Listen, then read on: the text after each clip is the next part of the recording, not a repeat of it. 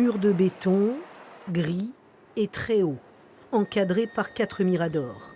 Vue de l'extérieur, la maison centrale d'Arles paraît imprenable. Et pourtant, Laurent Jusse, surveillant pénitentiaire, 16 ans d'ancienneté, salaire net 2000 €. On a des livraisons par drone. Alors, c'est pas tous les jours, mais c'est régulier. De la drogue, des téléphones. On a quand même trouvé plus de 52 téléphones l'année dernière.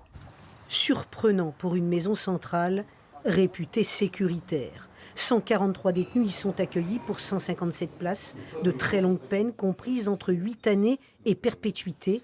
À Arles, l'un des chefs de la DZ Mafia vient d'y passer 8 mois.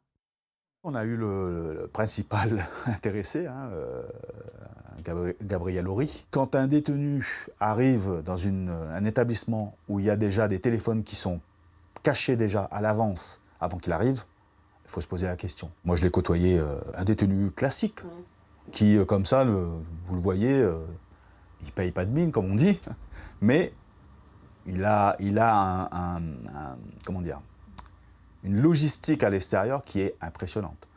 Quand il était à l'isolement ici, on a retrouvé quand même, en l'espace de 10 jours, 10 téléphones. On lui a enlevé un téléphone, le lendemain, il en avait un autre. Comment c'est possible ? La corruption, première faille du système, elle n'est pas la seule.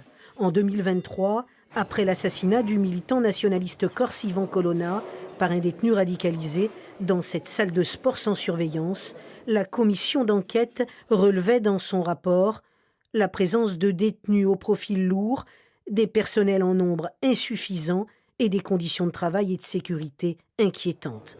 Ancien surveillant de prison à Arles, Romain Beaubry, aujourd'hui député, faisait justement partie de cette commission.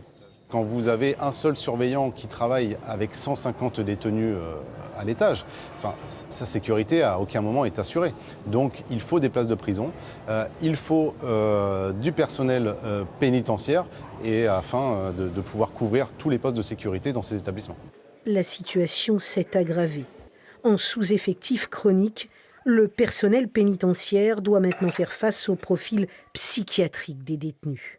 On est sur du 10 à 12% de psychotiques et de problèmes psy. Faut savoir, dans la population générale, c'est entre 1 et 2%. Donc on est sur du x10. Ces détenus au profil psy, le problème, c'est que nous, on n'est pas formés. C'est des personnes qui peuvent réagir à n'importe quel moment, sans prévenir, sur un coup de tête comme ça, parce qu'il y a une voix qui leur a dit dans leur tête qu'il fallait lui sauter dessus, ou le surveillant ou le détenu, vous êtes toujours sur vos gardes. Une réalité psychiatrique également dénoncée par le pénaliste marseillais Alain Lotte, 30 ans d'expérience au sein de l'Observatoire des prisons. Ça signe un peu la misère de la psychiatrie en France.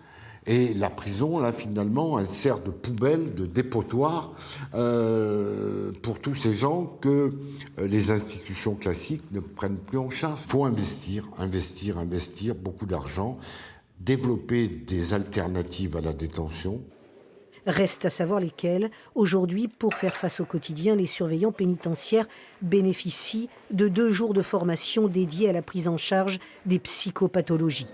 Insuffisant, dénoncent les syndicats, pour qui, à la maison centrale d'Arles, c'est tout le volet sécuritaire qui est à refaire.